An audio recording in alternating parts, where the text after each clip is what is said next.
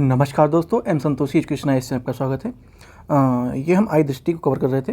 ठीक है, ये आपका हैंड रिटन नोट्स हैं, जैसे कि यहाँ पे लिखा हुआ है। और ये राष्ट्रीय घटनाक्रम है। ठीक है, राष्ट्रीय घटनाक्रम में ये हम कौन सा कर रहे हैं, जो आपका थ्योरी वाला पार्ट है। ठीक है, थ्योरी वाला पार्ट है, उसको हम करने जा रहे हैं।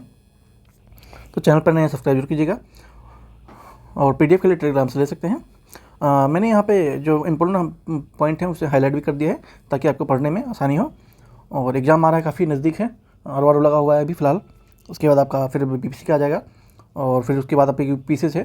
तो किसी भी एग्ज़ाम के लिए ये मैगज़ीन काफ़ी इंपोर्टेंट है, बताने की जरूरत नहीं इसके बारे में, आप लोग जानते ही हैं। तो प्लीज़ चैनल पर नए हैं तो वीडियो को लाइक जरूर कीजिएगा और सब्सक्राइब जरूर कर लीजिए। शुरू करते हैं। पहला क्या था, प्रधानमंत्री मोदी जी ने फ्रांस की यात्रा की थी। ठीक है, तो कब की थी, 10 से 12 फरवरी 2025 के दौरान मोदी जी का 6वां फ्रांस का दौरा था। ये कौन सा था, 6 नंबर, 6 बार वो अपने कार्यकाल में जा चुके हैं फ्रांस। और यहाँ पे क्या हुआ था, इस बार AI एक्शन समिट हुआ था। किसकी सहायता से,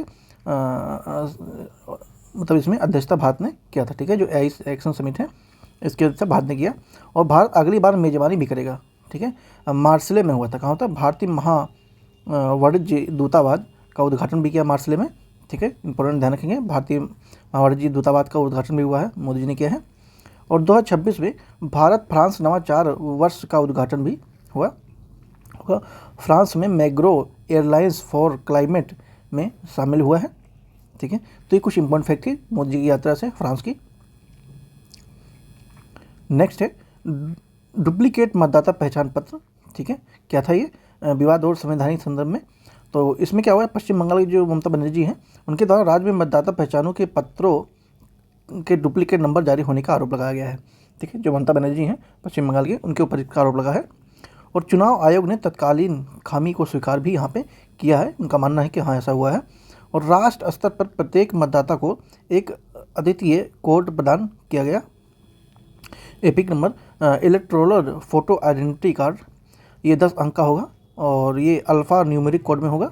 1993 में मुख्य चुनाव आयोग द्वारा TN रोशन सेशन द्वारा इसे शुरू किया गया था। ठीक है, उसके बाद इनरोल क्या है, इरोनेट क्या है, 2017 में निर्वाचन आयोग द्वारा विकसित किया डिजिटल प्लेटफॉर्म है क्या, इरोनेट। इसमें मतदाता सूची केंद्रीकृत प्रबंधन हेतु निर्वाचन किया गया। आर्टिकल 324 में निर्वाचन निर्देशन नियंत्रण एवं अवैध की शक्ति भारतीय निर्वाचन आयोग में निहित है। और आर्टिकल 325 में मतदाता सूची में किसी को जाति, धर्म, लिंग के आधार पर वंचित नहीं किया जा सकता। ठीक है, ये कुछ संवैधानिक प्रावधान थे 324 आर्टिकल 325 में, तो वहाँ पे शामिल है। नेक्स्ट चलते हैं, मुल्ला पेरियर बांध, ये विवाद में था, चर्चा में है। तो ये पहली बात तो ये कहाँ पे है। ठीक है, तो ये आपका केरल में पड़ जाता है। ठीक है, अगर आपसे पूछता है मुल्ली पेरियार बांध कहाँ पे है, तो ये आपका केरल में है। ठीक है, केरल के इडुक्की जिले में पेरियार नदी पर ये है। ठीक है, नदी भी ध्यान रखेंगे, पेरियार नदी पे है। और एक चिनाई वाला गुरुत्वाकर्षण ये बांध है, मतलब चिनाई किया गया था। सामान्य बांध मुल्लायार पेरियार नदियों के संगम पर ये स्थित है। ठीक है, मुल्लायार जो बांध है, मुल्ले पेरियार बांध जो है, ये पेरियार नदियों के संगम में स्थित है। निर्माण इसका कब हुआ था, 1887 से शुरू हुआ था और 1895 में इसे कवर कर लिया गया था। ठीक है, मतलब पूरा हो गया था। तो निर्माण भी इतना इम्पोर्टेंट है नहीं।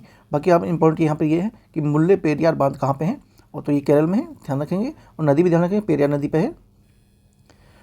केरल द्वारा 1969 में संरचनात्मक सुरक्षा को लेकर चिंता जताई गई थी इसमें, और नया बांध बनाने की मांग भी हुआ था। ठीक है, काफ़ी पुराना बांध है, आप जैसे देख सकते हैं 1887 का बांध है ये। तो इसको रिनोवेशन के लिए बोला गया है, मतलब चिंता था कि इसे रिनोवेशन करना है, नया बांध बनाने की मांग की गई थी। तमिलनाडु द्वारा मुल्ला पेरियार बांध को जल स्तर बढ़कर 136 से 42 फीट करने की मांग की गई थी, मतलब इसका जो जल स्तर है उसे बढ़ाने की भी बात हुई है। नेक्स्ट क्या है, लीड्स 2024 रिपोर्ट के बारे में। इसका प्रथम संस्करण कब जारी हुआ था, तो 2018 में हुआ था। ठीक है, कब हुआ था, 2018 में हुआ था।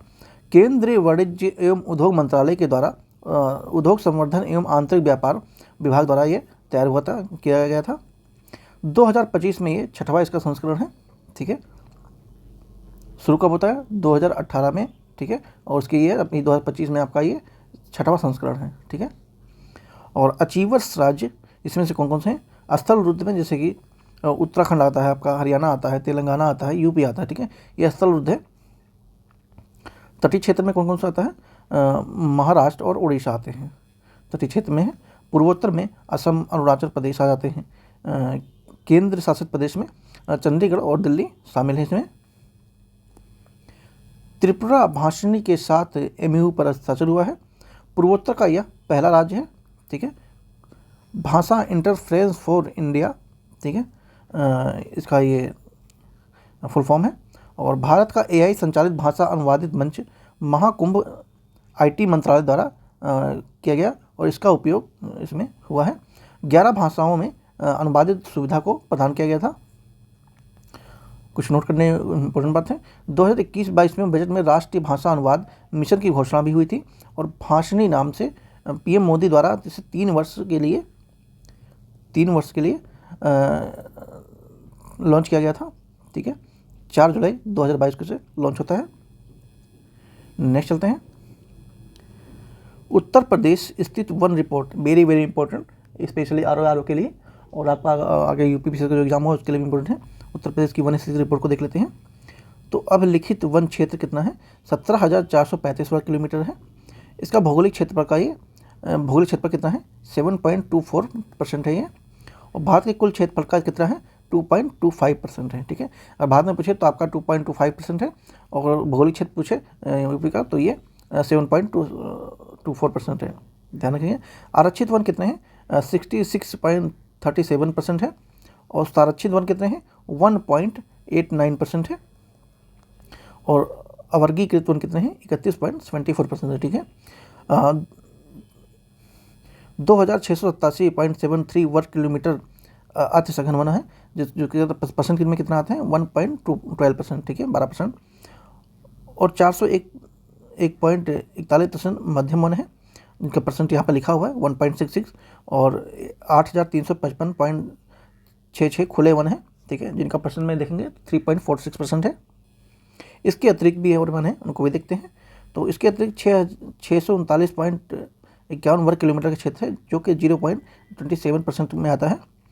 और IFR 2021 के आंकड़ों के तुलना में वन ह्रास कितना हुआ है?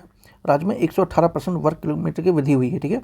2021 के मुकाबले कितनी वृद्धि हुई है? 118.43% वृद्धि हुई है, ठीक है। यहाँ पर मैंने लिख दिया है अलग से। वनावरण क्षेत्र वाले जिले कौन कौन से हैं? अगर आपसे पूछे सर्वाधिक कौन से हैं, तो सर्वाधिक आपका सोनभद्र और लखीमपुर खीरी में वन सबसे ज़्यादा हैं देखने को मिले हैं। और अगर आपको न्यूनतम पूछता है तो न्यूनतम में आपका भदोही, मऊ और संभल आता है, ठीक है, ध्यान रखेंगे। लेकिन यही अगर आप प्रश्न पूछे तो ये जाके थोड़ा अलग हो जाता है, देखते हैं। अगर प्रश्न पूछता है तो सर्वाधिक कहाँ देखने को मिला है? सोनभद्र और चंदौली में देखने को मिला है, ठीक है। यहाँ पर आपका लखीमपुर था और यहाँ पर प्रश्न पूछा तो चंदौली मिला है, ये इंपॉर्टेंट है, ये थोड़ा क्रॉस कनेक्शन है, ध्यान रखेंगे।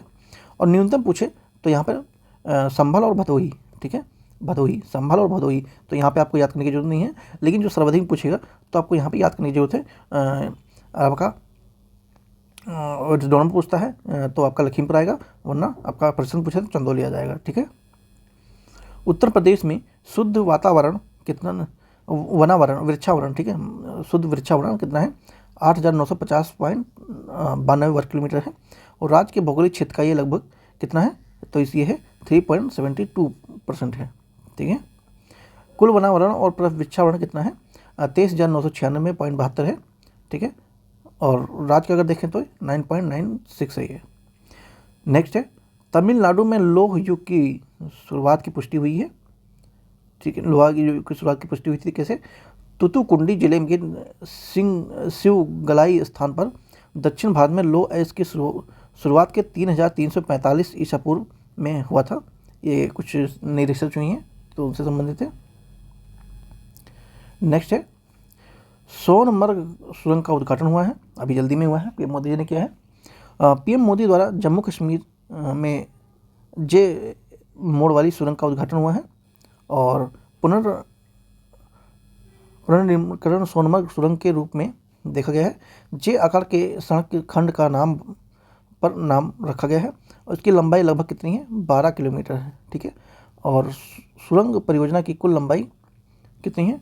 6.42 किलोमीटर लंबी है।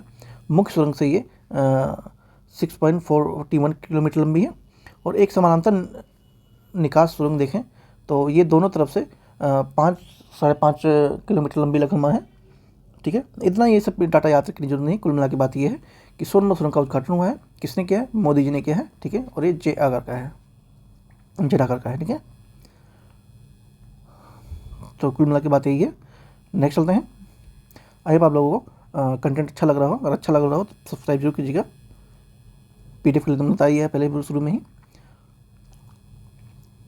नेक्स्ट है केन बेतवा नदी जोड़ो परियोजना। ठीक है, दिसंबर 2024 में मोदी जी द्वारा शिलान्यास खजुराहो में होता है। खजुराहो क्या है, कहाँ है? तो ये मध्य प्रदेश में है। कहाँ है? MP में है। ठीक है, खजुराहो MP में है। राष्ट्रीय परिप्रेक्ष्य योजना NNP के तहत देश की पहली नदियों को जोड़ने वाली परियोजना ये है। ठीक है, विश्व जल दिवस कब मनाया जाता है? 22 मार्च को मनाया जाता है। ठीक है, 2021 में ही UP और MP की जल शक्ति मंत्रालय में समझौता होता है। इस दौरान दोधन गांव में, जो कि छतरपुर में है, और मध्य प्रदेश के केन नदी पर एक बांध का निर्माण हुआ है। उसके बाद है केन नदी, तो ये रनेह जल प्रपात जो है और केन घड़ियाल सेंचुरी में स्थित है। ठीक है, और जो केन नदी, इसका उद्गम कहाँ होता है? MP से होता है, MP कटनी से होता है। ठीक है, और लंबाई इसकी 427 किलोमीटर है। ध्यान रखेंगे, केन नदी कहाँ है? तो MP में है, MP कटनी से होता है। नेक्स्ट, बांदा जिले से UP के चिल्ला गांव में यमुना से मिलती है। ठीक है, जब केन नदी है, ये उद्गम इसका कटनी से MP में होता है, लेकिन लंबाई कितनी है? 427 किलोमीटर है, और ये आपका UP के बांदा जिले के चिल्ला गांव में यमुना से जाके मिल जाता है। ठीक है, और उसके साथ साथ पन्ना टाइगर रिजर्व से होकर गुजरती है ये। ठीक है, और UP MP के मध्य रायसीना अंतर्राज्यीय नदी ये है। ठीक है, जो केन नदी है UP और MP के मध्य अंतर्राज्यीय नदी है, और इसका उद्गम स्थल रायसीना जिला MP में होता है। ठीक है, किसका उद्गम होता है? बेतवा नदी का होता है। ठीक है, बेतवा उद्गम कहाँ होता है? रायसीना के MP जिले में होता है। राजघाट परिहग मताटीवा बांध, मताटीवा बांध यहाँ पे निर्मित है। ठीक है, तो यहाँ पे ये इंपॉर्टेंट है। बेतवा नदी कहाँ है? उद्गम रायसीना जिला से होता है, MP से, और राजघाट परिगा मताटीवा बांध यहीं पे है। नेक्स्ट चलते हैं। ओमकारेश्वर फ्लोटिंग सौर परियोजना। ठीक है, PM मोदी द्वारा खांडवा, जो कि मध्य प्रदेश में उद्घाटन होता है इसका, और SJVN लिमिटेड द्वारा इसे शुरू किया गया था। तो इम्पोर्टेंट क्या है यहाँ पे? ओमकारेश्वर बांध फ्लोटिंग सौर परियोजना कहाँ पे है? तो ये MP में है, MP के खांडवा में है, और इसकी 90 मेगावाट बिजली उत्पादन की क्षमता है। और ओमकारेश्वर फ्लोटिंग सोलर पार्क, ये सबसे बड़ा फ्लोटिंग सोलर पार्क है भारत का।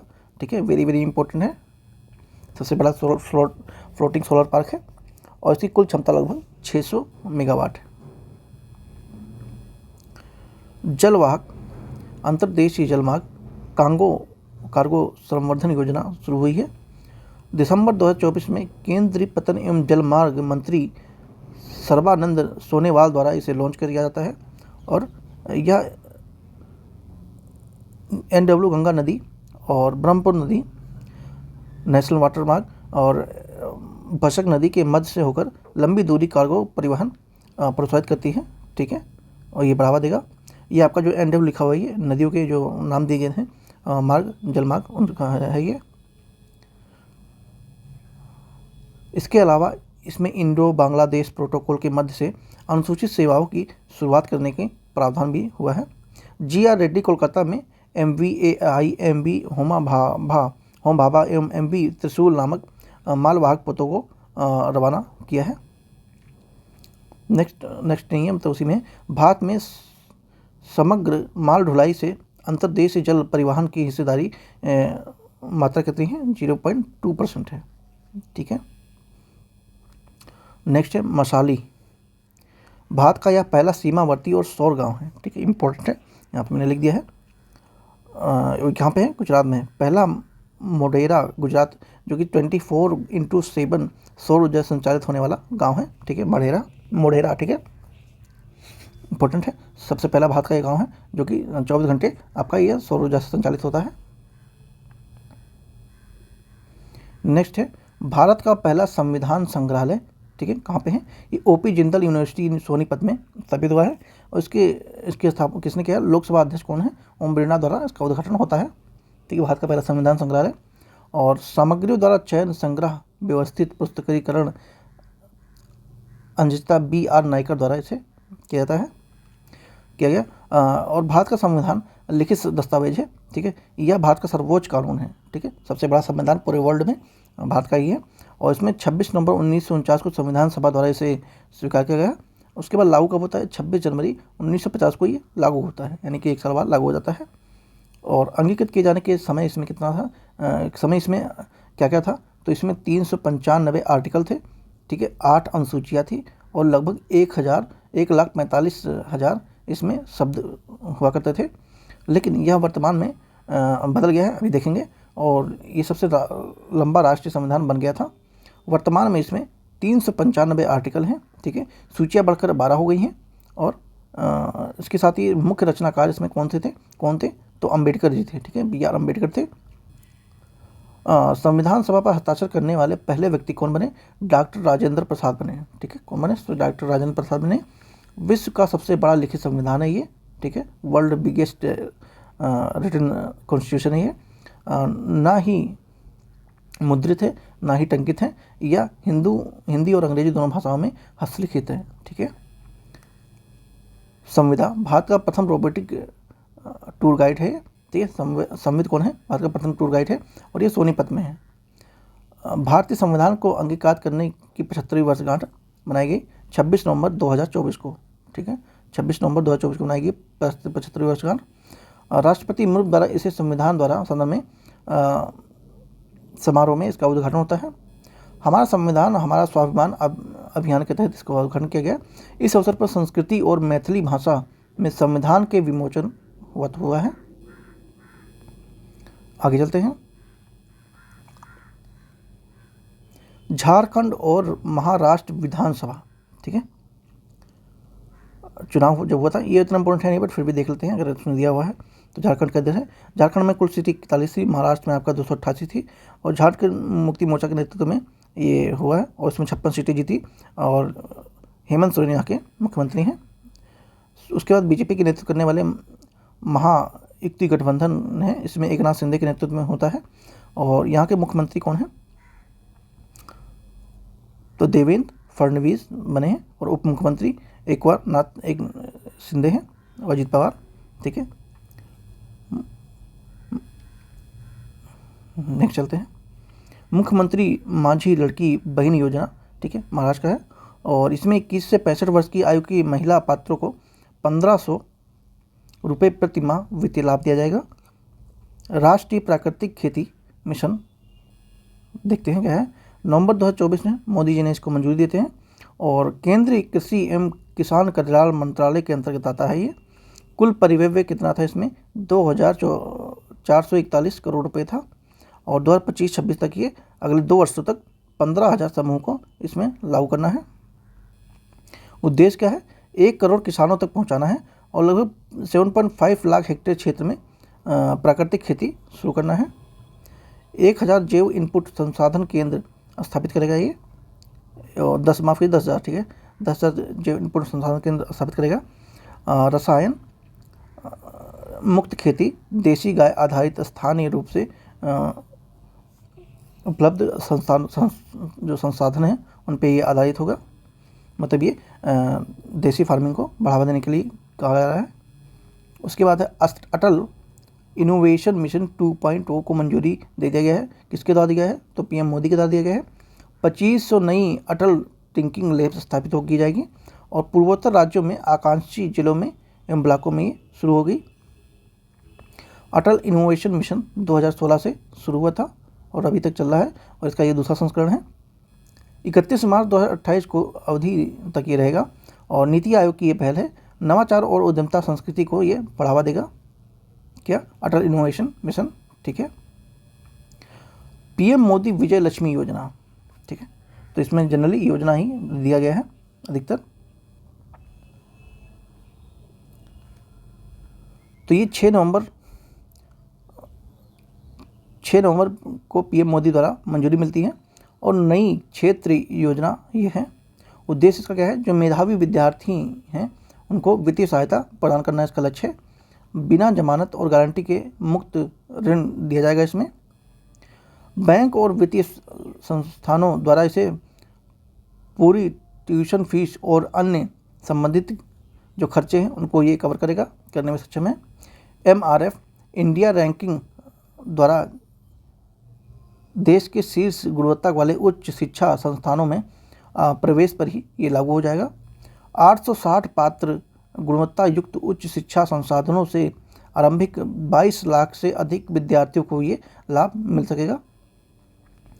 7.5 लाख तक यह ऋण के लिए छात्रों को 75% क्रेडिट गारंटी भी प्राप्त होगी इसमें, और 8 लाख रुपए की वार्षिक आय वाले परिवार को इसमें पात्र नहीं है। ठीक है, इसमें जो 8 लाख इनकम है वो इसमें पात्र नहीं होंगे। उसके बाद कुछ और भी अन्य महत्वपूर्ण योजनाएं हैं, उनको भी ज़रा देखते हैं। जैसे कि शिक्षा क्षेत्र में केंद्र सरकार की अन्य प्रमुख पहल है, जैसे कि PM श्री। ठीक है, इसका पूरा नाम क्या है, पूर्ण नाम इसका क्या था, PM school for rising India. ठीक है, और ये 2022 को स्वीकृत हुआ गया था। संपूर्ण भारत में लगभग 14,500 से अधिक स्कूलों को सशक्त बनाने का लक्ष्य इसमें रखा गया है, और ये 5 वर्ष के लिए किया गया था, और अभी ये आपका 2027 तक चलेगा। ठीक है, 2027 तक ये चलेगा। कब हुआ था, 2022 से शुरू होता है। समग्र शिक्षा योजना, ठीक है, ये स्कूल शिक्षा हेतु एकीकृत योजना है, और वर्ष 2028 में इसे 18 में लॉन्च किया गया था। संशोधन सामग्री शिक्षा योजना के कार्यान्वयन में 5 वर्ष तक ये शुरू होगा। अब ये आपका 2026 में खत्म हो रहा है, इम्पोर्टेंट बन जाता है। ठीक है, आ सकता है। उल्लास योजना, ठीक है, नव भारत साक्षरता कार्यक्रम यानी कि NILP यानी कि न्यू इंडिया लिटरेसी प्रोग्राम के नाम से ये लोकप्रिय है, और एक ये केंद्र प्रायोजित परियोजना है। ठीक है, विशेष रूप से औपचारिक शिक्षा से वंचित जो रह गए हैं 15 वर्ष और उससे अधिक आयु के जो वयस्क हैं उनको सशक्त बनाने का इसमें लक्ष्य रखा गया है, और ये भी आपका 2027 तक है। ठीक है, 2022 से 27 तक। निपुण भारत, पूरा नाम क्या है, national initiative for proficiency in reading with the understanding and numeracy. ठीक है, तो इसका पूरा नाम है, और ये 2021 में शुरू होता है। देश के प्रत्येक बच्चे को कक्षा 3 के अंत तक बुनियादी साक्षरता और गणना सक्षम करने में इस पर केंद्रित किया गया था, और इस लक्ष्य को 2026-27 में प्राप्त करने की योजना बनाई गई है। निष्ठा का परिणाम क्या है, national initiative for school heads teachers holistic advancement. ठीक है, इसका पूरा नाम है, और ये 2019 में लॉन्च हुआ है। ठीक है, कोविड के टाइम में लॉन्च हुआ है, लेकिन ये कोविड दिसंबर में आया था, लेकिन ये आपका अगस्त को ही लॉन्च हो गया था, 21 अगस्त में ही। 42 लाख प्रारंभिक शिक्षकों, एलिमेंट्री जो टीचर हैं और स्कूल जो हेड हैं उनको पेशेवर विकास को बढ़ावा देने पर केंद्रित किया गया है। निष्ठा ऑनलाइन 6 अक्टूबर 2020 को लॉन्च हुआ है। बुनियादी साक्षरता और संख्यात्मक पर केंद्र निष्ठा 3.0 7 सितंबर 2021 को ही प्रारंभ कर दिया गया है। उसके बाद कुछ और देख लेते हैं। नमो दीदी ड्रोन योजना। ठीक है, तो ये थोड़ा पुराना है। नवंबर 2023 में केंद्रीय मंत्रिमंडल द्वारा इसे मंजूरी दिया गया था, कृषि मंत्रालय द्वारा दिशा निर्देश इसमें जारी किए गए थे, और नवंबर 2023 में PM मोदी ने PM महिला किसान के ड्रोन का शुभारंभ किया था। केंद्रीय क्षेत्र में योजना ये लागू किया गया था। 2024-25 में से 2026 के लिए 1261 करोड़ रुपए निर्धारित किया गया है, जिसमें से 15,000 चयनित महिलाओं को स्वयं सहायता समूह को ड्रोन प्रदान करेगा। खेती में नैनो उर्वरक और कीटनाशक छिड़काव हेतु ग्रामीण महिलाओं को ड्रोन संचालन में प्रशिक्षण करने के लिए ड्रोन दीदी योजना बनाना इसमें लक्ष्य रखा गया है। उसके बाद हरियाणा और जम्मू कश्मीर का चुनाव देख लेते हैं। 2024 का जो है थोड़ा बहुत नज़र डाल लेते हैं, अगर दिया हुआ है तो। वैसे इतना इम्पोर्टेंट है नहीं, बट फिर भी एक बार देख लेते हैं, है ना। विधानसभा की सीटें कितनी थी, 90 थी, और यहाँ पे भी 90 थी। ठीक है, पहली बार 85 वर्ष से अधिक के जो उम्र के जो दिव्यांग और मतदाताओं के लिए घर से मतदान की सुविधा लागू की गई, और इसमें ये संघ राज्य क्षेत्र के कुल रूप से पुनर्गठन के बाद ये पहला विधानसभा है। ठीक है, जम्मू कश्मीर इंपॉर्टेंट है। ठीक है, पहला विधानसभा चुनाव हुआ है, वेरी वेरी इंपॉर्टेंट है, ध्यान रखेंगे। और उसके बाद घर से मतदान की भी सुविधा यहाँ पे भी धड़कई गांव साइलेंट विलेज ऑफ इंडिया जिसे कहते हैं, यहाँ से शुरू होती है। और जम्मू कश्मीर की national conference plus NINC plus ICP party गठबंधन में 49 सीटें जीती, ठीक है, 49 सीटें जीती। और CM कौन है? अमर अब्दुल्ला हैं, ठीक है, CM कौन है? अमर अब्दुल्ला है। केंद्र शासित प्रदेश जम्मू कश्मीर के पहले CM कौन थे? पहले CM ये रहे हैं और अभी भी CM हैं। और उस मुख्यमंत्री कौन है? सुरविंदर चौधरी हैं, ठीक है, सुरविंदर चौधरी हैं। और रही बात हरियाणा की, तो बीजेपी में लगातार तीसरी बार यहाँ पे जीत दर्ज किया है, 48 सीटें जीती हैं। और CM कौन है? नायाब सिंह सैनी है, ठीक है, हरियाणा के CM कौन है? नायाब सिंह सैनी है, नायब जी हैं। तो यहाँ पे आपका ये ख़त्म होता है और बाकी का और भी जो है उसे हम नेक्स्ट पार्ट में कवर करेंगे। प्लीज़ चैनल पर नए हैं तो एम संतोषी एजुकेशन आई इसको सब्सक्राइब करना बिल्कुल ना भूलें, वीडियो को लाइक करना बिल्कुल ना भूलें और शेयर जरूर किए दोस्तों से, इनका एग्जाम आ रहा है उसके लिए काफ़ी इंपॉर्टेंट है। अगर शेयर नहीं करते तो लाइक तो जरूर कर दीजिए प्लीज़, ठीक है। इतना मेहनत करते हैं आप लोगों के लिए। और PDF आप टेलीग्राम से ले सकते हैं, उसका हमने बता दिया है। तो मिलते हैं नेक्स्ट पार्ट में, नेक्स्ट वीडियो में नए जोश के साथ। Thank you so much.